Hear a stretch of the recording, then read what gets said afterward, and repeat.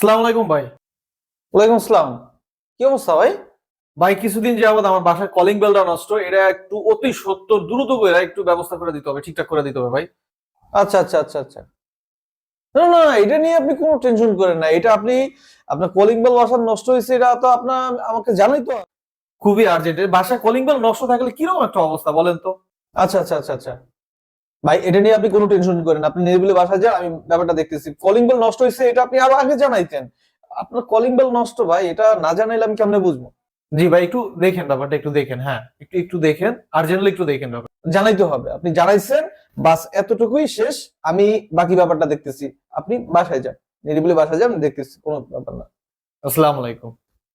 ওয়ালাইকুম আসসালাম।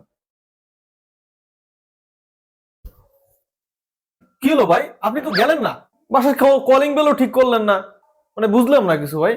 আপনি 3-4 দিন আগে বলে গেলাম। আরে ভাই, আমি তো আপনার বাসায় গেছিলাম। বাসায় গিয়ে কলিং বেল চাপলাম, আপনি দরজাই খুললেন না। তার দরজা না খুললে আমি আপনার সাথে কিভাবে কথা বলবো?